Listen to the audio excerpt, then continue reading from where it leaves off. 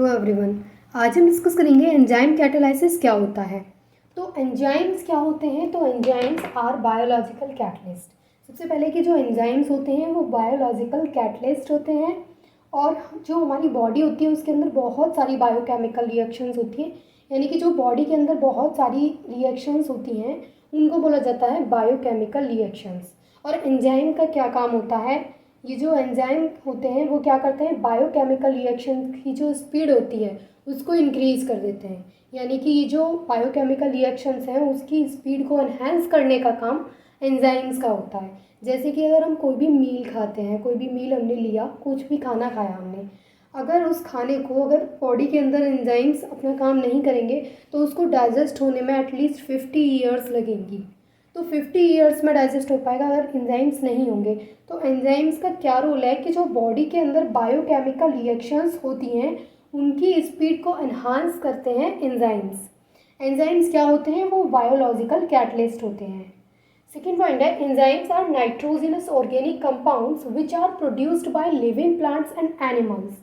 ये जो एंजाइम्स होते हैं ये नाइट्रोजिनस ऑर्गेनिक कंपाउंड्स होते हैं जो कि लिविंग प्लांट्स एंड एनिमल्स से प्रोड्यूस होते हैं। एंजाइम्स का क्या काम है? एंजाइम्स का काम क्या है? बायोकेमिकल रिएक्शंस को स्पीड, उनकी जो स्पीड है उसको एनहांस करना। ये होते क्या हैं? ये बायोलॉजिकल कैटलिस्ट होते हैं और ये प्रोड्यूस कहाँ से होते हैं? तो ये लिविंग प्लांट्स एंड एनिमल से प्रोड्यूस होते हैं। इसी वजह से इनको क्या कहा जाता है? इनको बायोकेमिकल कैटलिस्ट कहा जाता है और इस फिनोमिना को बायोकेमिकल कैटालाइसिस कहा जाता है। दोबारा से हम रिपीट करते हैं, एंजाइम कैटालाइसिस क्या होता है? ये एक फिनोमिना है, ठीक है। एंजाइम कैटलिस्ट क्या होते हैं? तो बॉडी के अंदर जितनी भी बायोकेमिकल रिएक्शंस होती हैं, यानी कि बॉडी के अंदर बहुत सारी बायोकेमिकल रिएक्शंस होती हैं। जैसे यहाँ पर नोट है, there are several reactions occur in human body called biochemical reactions. यानी कि ह्यूमन बॉडी के अंदर बहुत सारी रिएक्शंस होती हैं जिनको बायोकेमिकल रिएक्शंस कहते हैं। अब ये जो बायोकेमिकल रिएक्शंस होती हैं इनकी जो स्पीड को इंक्रीज़ करने का काम है, स्पीड को एनहेंस करने का काम है, वो काम होता है एंजाइम का, ठीक है। तो एंजाइम अपना काम करते हैं बायोकेमिकल रिएक्शंस को की जो स्पीड होती है उसको एनहेंस करते हैं। अगर एंजाइम्स नहीं होते तो जो कोई भी खाना अगर हम खाते तो उसको डाइजेस्ट होने में एटलीस्ट 50 ईयर्स का टाइम लग जाता। तो एंजाइम्स क्या कर देते हैं? उसको बहुत ही जल्दी डाइजेस्ट कर देते हैं, ठीक है। इसी वजह से ये जो एंजाइम्स होते हैं, 10 enzymes are treated as a biochemical catalyst. इनको एंजाइम्स को क्या बोला जाता है? बायोकेमिकल कैटलिस्ट बोला जाता है। और ये जो फिनोमिना है जिसमें ये सारी चीज़ें हो रही हैं उस फिनोमिना को बोला जाता है बायोकेमिकल कैटालाइसिस। ये चीज़ें थी एंजाइम्स के बारे में। यहाँ पर ये 4 पॉइंट्स नोटेड हैं। फर्स्ट है, enzymes are biological catalyst. Second है, enzymes are nitrogenous organic compounds which are produced by living plants and animals. Third है कि जो बॉडी के अंदर बहुत सारी रिएक्शंस होती हैं उनको बायोकेमिकल रिएक्शंस कहते हैं। और एंजाइम्स का काम क्या है? बायोकेमिकल रिएक्शंस की जो स्पीड होती है उसको एनहांस करने का। एंड फोर्थ पॉइंट में दे रखा है कि इसी वजह से एंजाइम्स को बायोकेमिकल कैटलिस्ट कहा जाता है और इस फिनोमिना को बायोकेमिकल कैटालाइसिस कहा जाता है। अब इसके आगे की पॉइंट देखते हैं, आप इनको नोट कर लीजिए। आप देखिए यहाँ पर एक पॉइंट ये है, they are actually protein molecules of high molecular mass and form colloidal solution in water. यानी कि जो एंजाइम्स होते हैं ये क्या होते हैं? ये प्रोटीन मॉलिक्यूल्स होते हैं जिनका मॉलिक्यूलर मास हाई होता है और ये वाटर में मिल करके क्या बनाते हैं? कोलोइडल सॉल्यूशन बनाते हैं। जैसे जब भी आटा नीड करते हैं तो उसमें वाटर को मिलाते हैं तो वो कैसा सॉल्यूशन बन जाता है? कोलोइडल सॉल्यूशन बन जाता है। तो एंजाइम क्या होते हैं? ये प्रोटीन मॉलिक्यूल्स होते हैं, इनका हाई मॉलिक्यूलर मास होता है एंड ये कोलोइडल सॉल्यूशन को बनाते हैं जब ये वाटर में होते हैं। यानी वाटर के साथ मिलकर के ये क्या किसका फॉर्मेशन करते हैं? कोलोइडल सॉल्यूशन का फॉर्मेशन करते हैं। अब इसके कुछ एग्जांपल्स को डिस्कस करते हैं कि ये जो एंजाइम कैटालाइसिस है इसके क्या क्या एग्जांपल्स हो सकते हैं। देखिए, फर्स्ट हम इसका एग्जांपल डिस्कस करेंगे। एग्जांपल देखिए, फर्स्ट जो हम एग्जांपल डिस्कस करेंगे वो है इन्वर्जन ऑफ केन शुगर। देखिए इसमें क्या होगा? सबसे पहले हम लेंगे केन शुगर C12H22O11। ये क्या है? केन शुगर C12H22O11, ये है इसका फॉर्मूला, ठीक है। अब इसकी रिएक्शन करवाएंगे वाटर के साथ।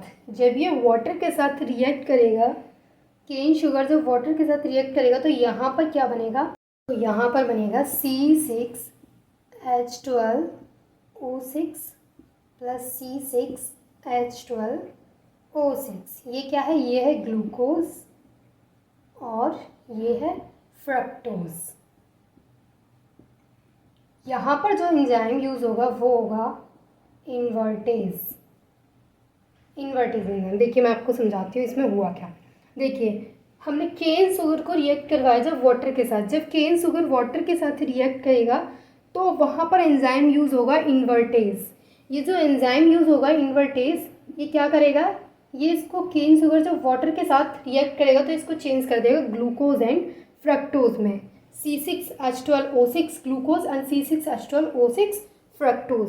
तो यहाँ पे क्या हुआ है कि यहाँ पर एक पर्टिकुलर एंजाइम यहाँ पर यूज़ हुआ है इन्वर्टेज।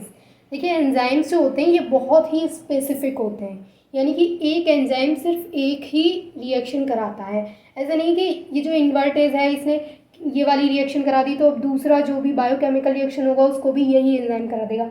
हर रिएक्शन के लिए अलग अलग एंजाइम्स होते हैं, तो ये ना बहुत स्पेसिफिक होते हैं, ये सिर्फ एक ही चीज़ के लिए यूज़ होते हैं। जैसे यहाँ पर केन शुगर की रिएक्शन जब वाटर के साथ कराई है तो इन्वर्टेज एंजाइम की प्रेजेंस में ग्लूकोज एंड फ्रक्टोज में वो चेंज हो गया, यानी कि कन्वर्ट हो गया। तो ऐसा नहीं है कि अब हम ग्लूकोज को इथाइल अल्कोहल में चेंज करवाएंगे तो इन्वर्टेज एंजाइम वहाँ पर जा करके काम कर देगा, नहीं करेगा, क्योंकि ये स्पेसिफिक होते हैं, एक सिर्फ एक के लिए ही यूज़ होता है। ठीक है, तो ये था इसका फर्स्ट एग्जाम्पल। आगे हम इसके और एग्जाम्पल्स डिस्कस करते हैं। सेकेंड हम डिस्कस करेंगे conversion of glucose into ethyl alcohol. यानी कि जो ग्लूकोज है उसका कन्वर्जन देखेंगे, उसको चेंज होते हुए देखेंगे इथाइल अल्कोहल में, और देखेंगे कौन सा एंजाइम्स वहाँ पे यूज़ हुआ है। तो हमने यहाँ पे ले लिया है ग्लूकोज C6H12O6। ये क्या है, ग्लूकोज किस में चेंज होगा, इथाइल अल्कोहल में। तो C2H5OH प्लस, यहाँ से बनाएगा ये 2CO2, यहाँ पर 2। यहाँ पर जो एंजाइम यूज़ होगा वो है जाइमेज। यहाँ पर जो एंजाइम यूज़ होगा उसका नाम क्या है, जाइमेज।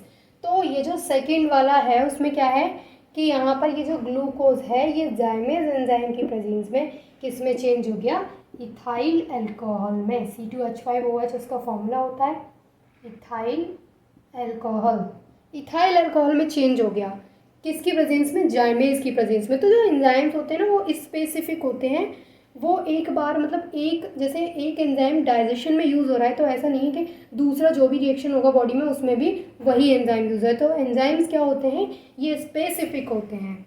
ठीक है, इसका तीसरा एग्जाम्पल देखते हैं। थर्ड हम डिस्कस करेंगे decomposition of urea into ammonia and carbon dioxide.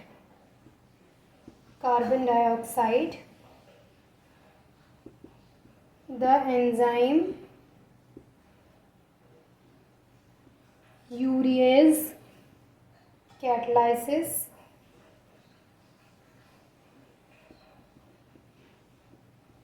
this decomposition। देखिए यहाँ पर क्या होगा, कि जो यूरिया है वो डिकम्पोज होगा अमोनिया एंड कार्बन डाइऑक्साइड में, और किसकी प्रेजेंस में होगा, तो वो यूरिएज एंजाइम की प्रेजेंस में होगा। जैसे ये है NH2CONH2, इसको हम जब रिएक्ट करवाएंगे वाटर के साथ और किस एंजाइम की प्रेजेंस में, तो यूरिएज एंजाइम की प्रेजेंस में कराएंगे, तो यहाँ पर ये किस में डिकम्पोज हो जाएगा, अमोनिया एंड कार्बन डाइऑक्साइड में।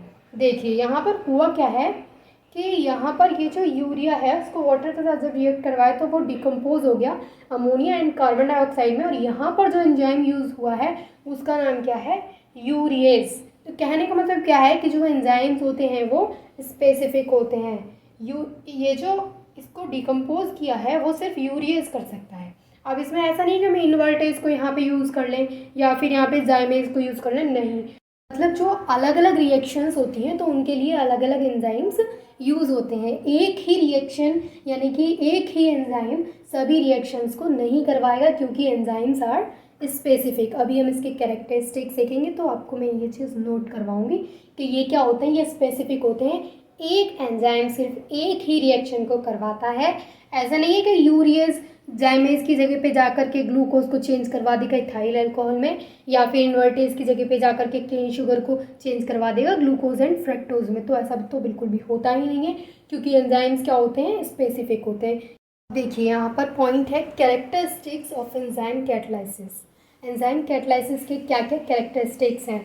तो फर्स्ट है they are highly specific in nature. One catalyst cannot catalyze more than one reaction.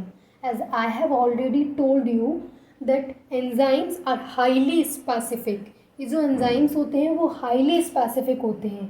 एक एंजाइम एक से ज़्यादा रिएक्शंस को नहीं करवा सकता है। यहाँ ये बात नोट है, one catalyst can not catalyse more than one reaction, यानी एक एंजाइम कैटलिस्ट एक रिएक्शन से ज़्यादा रिएक्शन को नहीं करवा सकता है क्योंकि ये हाईली स्पेसिफिक होते हैं। Second, a small quantity of enzyme catalyst is sufficient for a large change.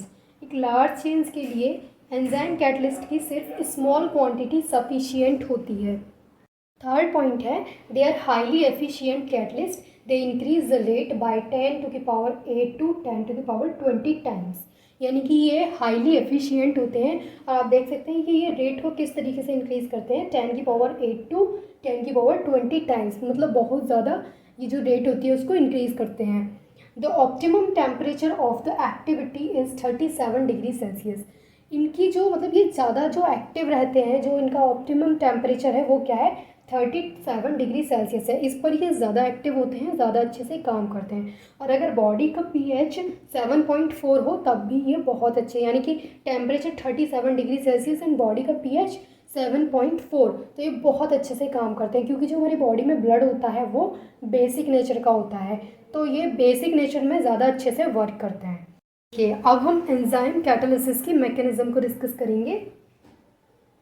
तो मैं यहाँ पर आपको डायग्राम से समझाने की कोशिश कर रही हूँ।